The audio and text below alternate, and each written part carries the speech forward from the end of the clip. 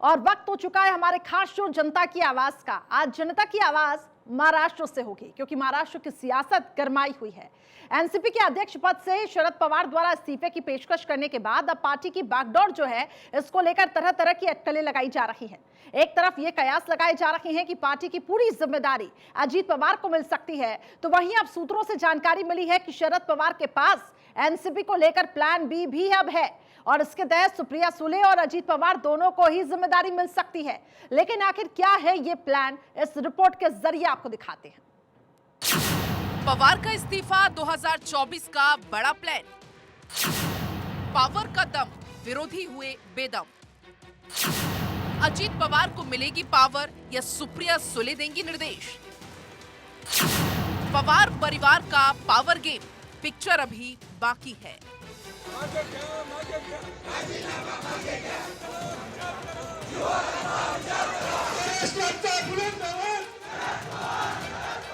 शरद पवार के इस्तीफे के बाद कयासों का बाजार गर्म है, लेकिन महाराष्ट्र की सियासत की पिक्चर अभी बाकी है। पवार की कुर्सी का वारिस कौन होगा, इसको लेकर सिर्फ चर्चा है, मीटिंग है और नाम, लेकिन हकीकत किसी को नहीं पता। शरद पवार की वापसी की आस है। इन कयासों के बीच आज शरद पवार ने मीटिंग के बाद पार्टी दफ्तर के बाद कार्यकर्ताओं से मुलाकात की। कार्यकर्ताओं ने पवार से इस्तीफा वापस लेने की गुहार लगाई।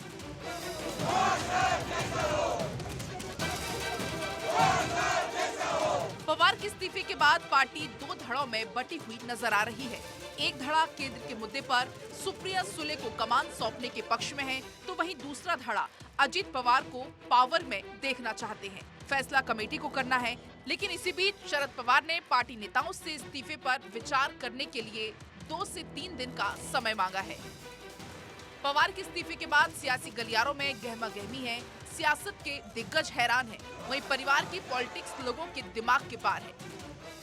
पवार की पावर का लोहा सभी मानते हैं, लेकिन भतीजे की सियासी चाहत के आगे पवार को अक्सर बैकफुट पर आकर शॉट्स खेलने पड़े। लेकिन सियासी पिच पर पवार ने जो शॉट खेला वो बाउंड्री के पार नजर आया। विपक्षी खेमा भी पवार के आखिरी मूवमेंट को भांप नहीं पाया। राष्ट्रवादी कांग्रेस पार्टी में बिल्कुल एक वाक्यता है, सभी एक संघ है। कोई पार्टी में अलग ग्रुप, फूट फाट, ये सब बातें केवल स्पेक्युलेटिव मीडिया में हम रोज पढ़ते हैं। पार्टी एक संघ है, पवार साहब के नेतृत्व में सभी लोग एक हैं और आगे भी party NCP as a party एक रहेगी, एकजुट रहेगी। उसमें कोई बिखराव या कोई फूट आने वाली नहीं है, ये मैं आपको अधिकृत स्पष्टता। शरद पवार ने अध्यक्ष पद से इस्तीफा दिया, लेकिन कयासों का दौर शुरू करा दिया। नया अध्यक्ष कौन होगा, पार्टी की कमान किसके हाथ होगी? चर्चा तेज है। बेटी सुप्रिया सुले, भतीजे अजीत पवार के साथ साथ जयंत पाटिल, छगन भुजबल, प्रफुल्ल पटेल और अनिल देशमुख के नाम रेस में हैं। अध्यक्ष कौन होगा, इसके बारे में तो कयास लगाए जा सकते हैं, लेकिन यहाँ भी पवार का पावरफुल स्ट्रोक देखना बाकी है, क्योंकि महाराष्ट्र की राजनीति के चाणक्य कहे जाने वाले पवार के बारे में कहा जाता है कि जो भी सियासी चाल चलते हैं उसके पीछे का मकसद उनके अलावा और कोई नहीं जानता। Bureau report, Bharat 24। तो शरद पवार का इस्तीफा, लेकिन सवाल ये अब एनसीपी का नया बॉस कौन? हालांकि देखिए समर्थक यही चाहते हैं कि शरद पवार अपने इस्तीफे को वापस ले ले, लेकिन लगातार उसको लेकर एक तरफ सियासत है तो दूसरी तरफ अब लोगों की क्या राय है। हमारे कंसल्टिंग एडिटर आशीष तिवारी इस वक्त मेरे साथ जुड़ चुके हैं। आशीष, वहां के लोगों का आखिर क्या कुछ कहना है? क्योंकि एक तरफ तो शरद पवार जो है वो अपना फैसला वापस नहीं ले रहे हैं, दूसरी तरफ समर्थकों का यह कहना है कि शरद पवार ही एनसीपी के अध्यक्ष बने रहे। जनता की आखिर क्या राय है? चाचा भतीजे की तकरार, बेटी को देना था अधिकार या पार्टी में फूट का था डर? शरद पवार के एक तीर से कई वार। आखिर पूछते हैं जनता से, करिश्मा, कि क्या करिश्मा दिखाना चाहते थे शरद पवार, किस तरह से इतना बड़ा फैसला लिया है। आपको बता दूं, मैं इस समय बैंड्रा के कार्टर रोड में हूं और हमारे साथ जो हैं आप देख सकते हैं हर वर्ग, हर उम्र के लोग इस समय मौजूद हैं जो शरद पवार के इस फैसले पर अपनी अपनी प्रतिक्रिया रखना चाहते हैं। शुरुआत करते हैं, पहले कुछ यंग लोगों से बात करते हैं। इरफान है, सोशल वर्कर हैं। इरफान, इतना बड़ा फैसला लिया है और हर कोई कहता है कि मास्टर स्ट्रोक के लिए जाने जाते हैं शरद पवार, आप क्या कहना चाहेंगे? देखिए मैं समझता हूँ कि पवार साहब को राजनीति का चाणक्य ऐसे ही नहीं कहा जाता है। पवार साहब के बारे में ये इतिहास रहा है कि पवार साहब ने जो बोला है उस पर यकीन मत करो कि वो जो बोलते हैं वो करते नहीं है, और जो नहीं बोलते वो हो जाता है, और जो होने वाला होता है जो लोग अंदाज़ा लगाते हैं उसके विपरीत ही कुछ ना कुछ निकल के आता है। तो पवार साहब के इस राजनीतिक फैसले के पीछे एक बहुत बड़ी राजनीति हो सकती है।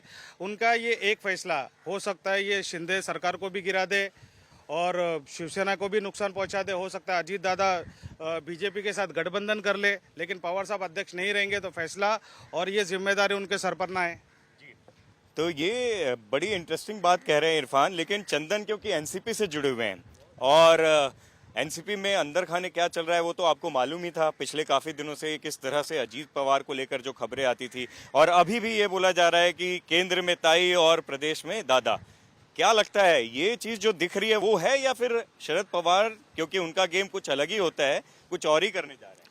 देखिए, मेरा मानना ऐसा है कि आदरणीय शरद चंद्र पवार ने जो ये देश में काम किया है, लातूर का भूकंप हो जावे या गुजरात का भूकंप, हर टाइम हर जगह पे खड़े हैं।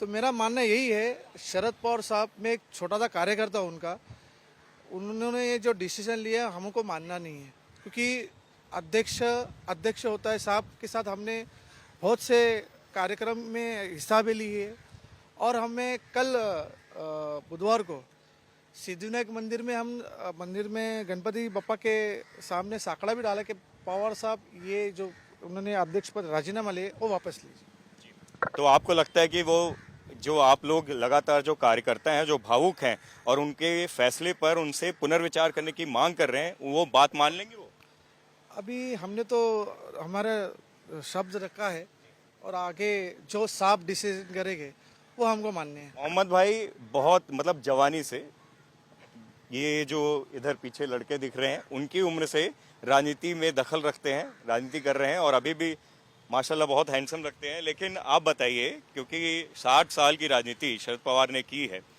और उस बीच में ऐसा कोई डिसीजन लिया है जो ये बोल रहे हैं, क्या आपको ऐसा लगता है जो दिख रहा है वैसा ही है या कुछ और खेल है? ये जो दिखता है वैसा कुछ नहीं है।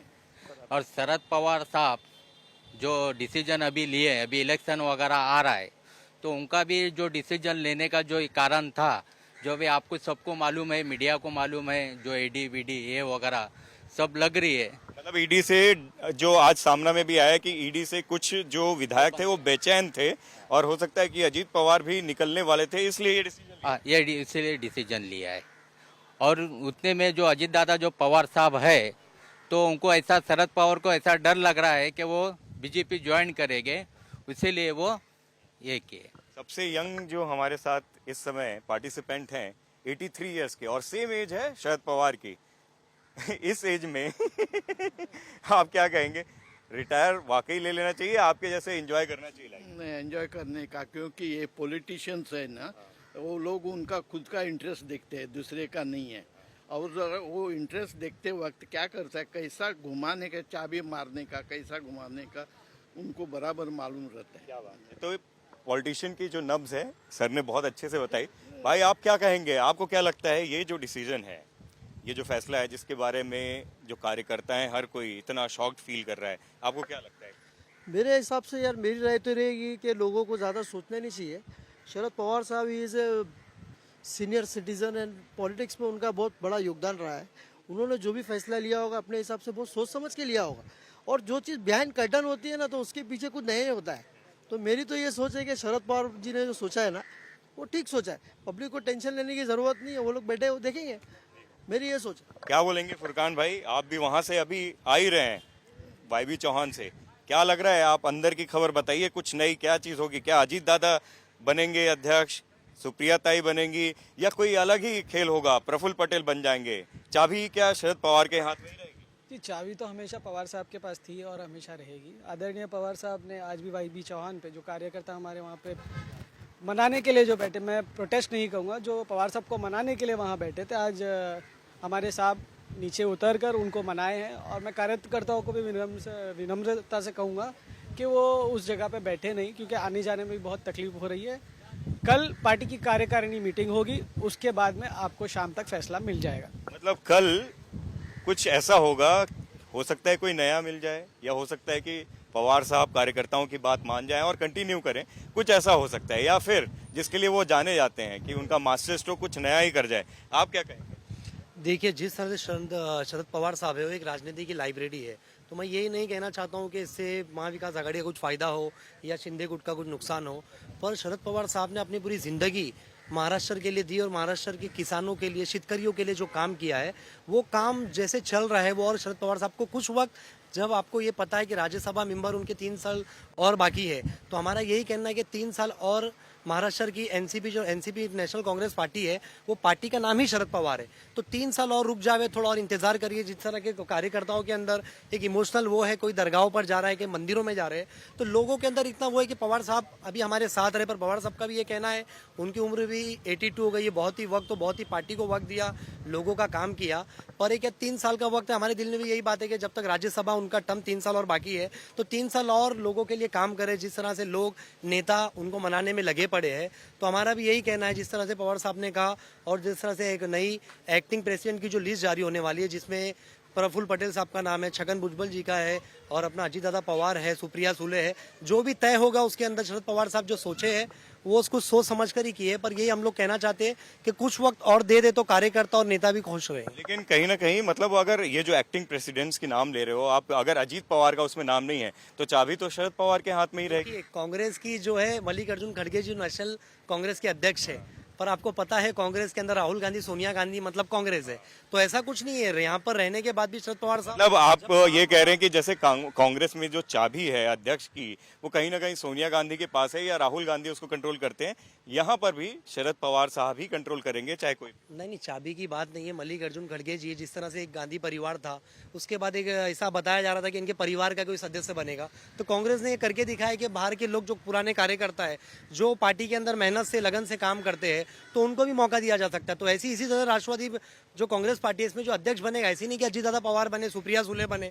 बाहर का भी कोई आ सकता है, जो पार्टी को वक्त दिया है, जो अपनी खून मेहनत से जो सींचा है पार्टी को, जिसने कदमों से कदम पवार साहब के लेकर चला है, तो बाहर का भी कोई आ सकता है। इसमें ऐसा कोई नहीं कि अजीत दादा पवार हो या सुप्रिया सुले हो। लेकिन अगर उम्र की बात करें, जैसे नॉर्मली क्या होता है, हम अगर सरकारी ऑफिस में कोई काम कर रहा है, प्राइवेट ऑफिस में, तो इसकी एक उम्र होती है कि उसके बाद रिटायर हो जाता है। अगर स्वेच्छा से शरद पवार साहब बोल रहे हैं कि दूसरों को आगे बढ़ना चाहिए, आप आइए, थोड़े यंग से, हीरो से आप लग रहे हैं, आप बताइए कि क्या यंग लोगों को आगे बढ़ने का मौका नहीं देना चाहिए? और अजीत दादा अगर मास लीडर हैं, उनमें अगर वो चीज़ है, वो डिजर्व करते हैं, तो आगे नहीं बढ़ने देना? जय हिंद, जय महाराष्ट्र। दोस्तों, मेरा नाम आशिक जाफरी, मैं एक सोशल वर्कर हूं।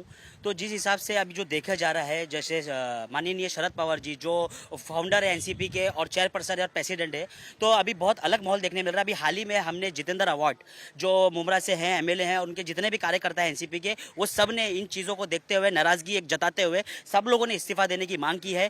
और मैं ये कहना चाहूँगा कि अपना शरद पवार साहब जो हैं, वो उनको राजनीति का किंग माना जाता है, और उन्हीं ने जब भी जो भी एक्शन और जो भी निर्णय लिया वो बहुत अलग तरीके का लिया, और वो निर्णय से लोगों को अच्छा हुआ। जैसे कि महाविकास आघाड़ी में भी बहुत बेहतरीन उनका किरदार रहा, कैरेक्टर रहा। तो अब एक हिसाब से देखा जाए, जो उनकी उम्र को लेकर मैं बोलूँ या उनकी प्रॉब्लम्स को लेकर मैं बोलूँ कि वो एक सीनियर हो चुके हैं। शायद एक होता नहीं कि रिटायरमेंट लेना, अब मैं नहीं संभाल पाता हूँ वो चीज़, मैं नहीं कॉपरेट कर पाऊंगा, उस विषय से भी वो शायद मतलब इस्तीफा दे रहे होंगे। और रही बात अजीत दादा पवार की, जैसे सुप्रिया सुले ताई और बहुत सारे जो भी लोग हैं, तो मैं ये एनसीपी के जो भी माननीय शरद पवार साहब हैं, उनको मैं आपके चैनल के माध्यम से ये कहना चाहूँगा कि आपने जो फैसला लिया वो बेहतर ही होगा। और अगर आपने फैसला लेकर अगर आप ये पद से हट जाते हैं, रिजाइन दे देते हैं, तो आप इसी तरह से आपकी तरह हूबहू एक बेहतर एनसीपी जो पूरा राजपाट संभालने वाले एक शख्स को बिठाए, और इसी तरह से ये एनसीपी का दबदबा कायम रहे। तो कहीं ना कहीं ज़्यादातर जो लोग दिख रहे हैं वो मेरे को लगता है कि शरद पवार की पॉलिटिक्स से और शरद पवार के मास्टर स्ट्रोक से बहुत प्रभावित हैं। कोई ऐसा देखना चाहता हूँ जो कुछ अंदर की चीज़ बताए, कुछ अलग कहानी बताए। आप क्या कहना? मेरा नाम शशांक कोदे है, मैं शिवसेना प्रवक्ता हूँ। क्या बात है, आप कुछ नया बताएंगे? शरद पवार जी जो है, उनके बारे में बोलने का तो मैं बड़ा नहीं हूँ, वो तो इस राजनीति के खिलाड़ी है। वो बोलते हैं ना, सलमान खान का एक डायलॉग है कि मैं दिल में आता हूँ, दिमाग में नहीं, उस तरह की वो शख्सियत है। और ये जो उन्होंने ये राजीनामा का जो रिज़ाइन देने का जो पत्ता फेंका है, उसके पीछे बहुत बड़ी ट्विस्ट है। वो घरानीशाही की आएगी, जिस तरह से राजीव गांधी घरानेशाही से वो गद्दी पे बैठे, उद्धव जी गद्दी पे बैठे, अभी उनको भी सुप्रिया सुले जी को गद्दी पे बिठाने के लिए उन्होंने वो चक्रव्यूह रचा है। वो आम आदमी को समझ में नहीं आएगा। देखो, कुछ दिनों पहले वो मराठी में बोल रहे थे कि भाकरी अभी पलटनी पड़ेगी, रोटी पलटनी पड़ेगी, लेकिन अभी तो उन्होंने पूरा तवा पलट दिया है, पूरा तवा पलट दिया है। तो उनकी राजनीति समझने का पूरा 135 करोड़ की जनता में एक भी इंसान पैदा नहीं हुआ है आज की तारीख में। नहीं तो आपको क्या लगता है कि अगर सुप्रिया सुले को आगे बढ़ा देते हैं, जैसे शिवसेना में बाला साहब ने उद्धव ठाकरे को आगे बढ़ाया, राज ठाकरे को लोग बोलते हैं कि वो डिजर्व करते थे, वो आगे नहीं बढ़ पाए, और आज शिवसेना की जो स्थिति है आपको भी मालूम है, क्या अगर सुप्रिया सुले आगे बढ़ती हैं, अजीत पवार पार्टी तोड़ देंगे, एनसीपी में टूट हो जाएगी? देखो, जिस तरह बाला साहेब जी के बाद शिवसेना बिखर गई, बगावत हो गई, अगर शरद जी यहाँ से बाहर निकलते हो, यहाँ पे तो बहुत बड़ी बगावत हो जाएगी। उनके अंदर पहले से ही बगावत है। बाला साहेब जब तक जिंदा थी बगावत नहीं थी, बाला साहेब ने जब आग बंद कर दी उसके बाद बगावत शुरू है। लेकिन यहाँ पर शरद चंद्र पवार जी जीवित है, फिर भी बगावत शुरू है। अगर सोचो वहाँ से निकल जाए, अधिकारों से निकल जाए, तो कितना बड़ा बवाल उठ जाएगा। तो ये सब ना, वो देखो, अब आज की तारीख में राष्ट्रवादी है ना, ये लोकल पार्टी बहुत स्ट्रांग है, शिवसेना से स्ट्रांग है, क्योंकि शिवसेना बिखर गई है। तो महाराष्ट्र में अगर कोई पावर में आ सकती है तो राष्ट्रवादी आ सकती है। अगर शरद पवार हट जाए तो राष्ट्रवादी खत्म।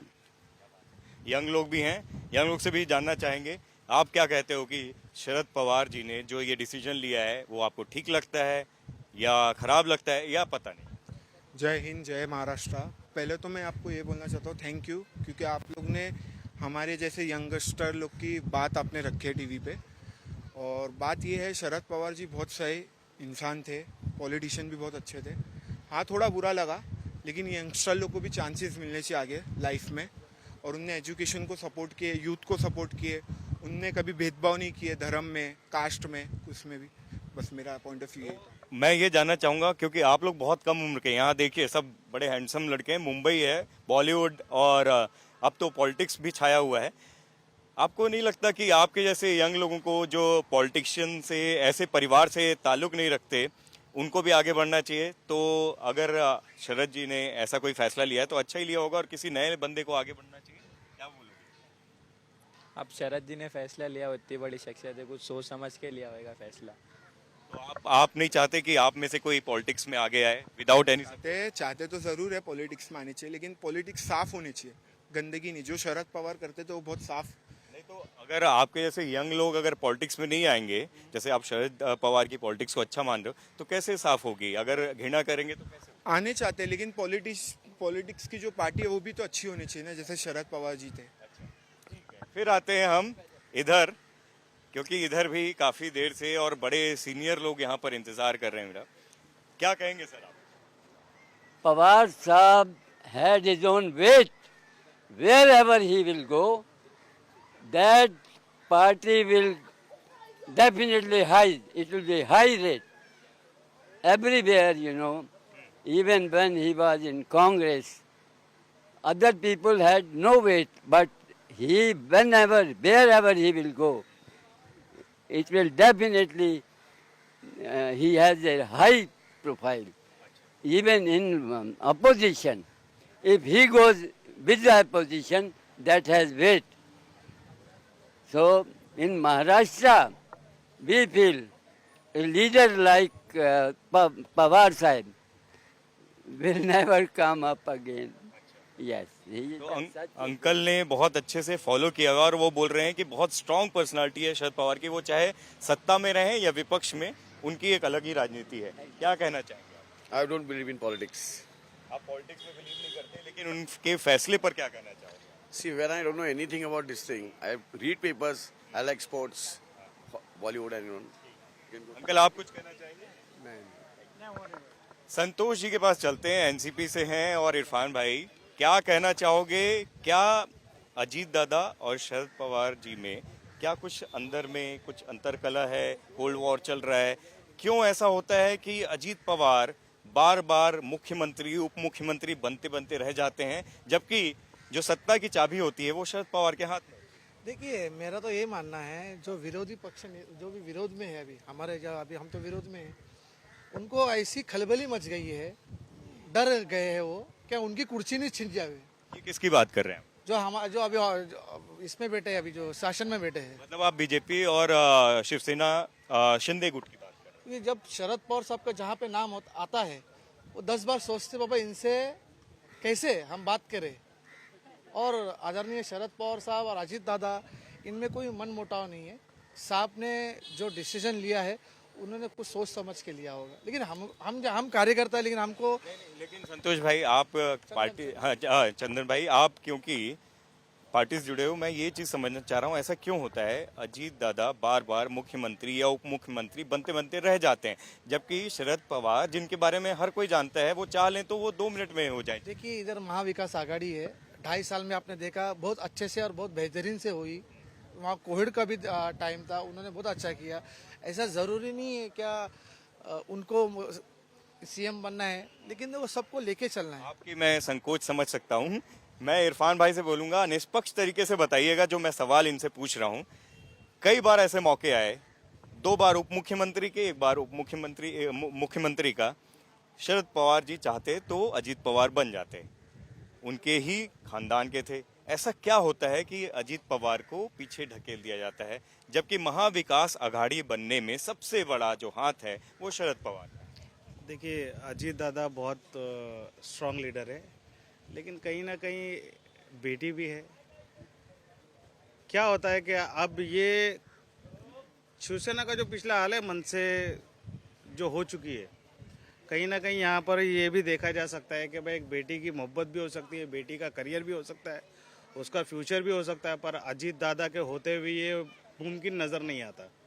तो कहीं ना कहीं हो सकता है कि भाई जो पवार साहब ने एक को केंद्र में और एक को राज्य में रखा है, अगर वो यहाँ पर स्ट्रांग हो जाते या पूरी पार्टी की सत्ता अपने हाथ में ले लेते तो कहीं ना कहीं सुप्रिया जी को भी राजनीतिक खतरा हो सकता है। तो ये सारी चीज़ें दिखती है इसमें। फुरकान भाई मैं आपसे पूछना चाहूँगा, क्योंकि शरद पवार ने वो ऐसे माहिर खिलाड़ी हैं कि एक तीर से कई निशाने साधते हैं। हाल फिलहाल में पिछले 1-1.5 महीने से अजीत पवार को लेकर जो खबरें आ रही है, एनसीपी के कई विधायक उनके साथ हैं, बीजेपी को सपोर्ट कर सकते हैं। उस बीच में अचानक से बुक लॉन्च के मौके पर ऐसा तो है नहीं कि उन्होंने बहुत बिना सोचे समझे भावुकता में ये डिसीजन लिया है। शरद पवार ने बहुत सोची समझी रणनीति है। क्या आपको ऐसा लगता है कि उनको ये पता चल गया था कि पार्टी में टूट हो सकती है, फिर आगे चल के अजीत पवार एक तरीके से पार्टी कब्जा कर लेंगे, तो ये 2-3 चीज़ों पे उन्होंने एक साथ पूरा निपटारा कर दिया? जी देखिए, जो पवार साहब ने जो डिसीजन लिया है वो बहुत सोच समझ के लिया होगा।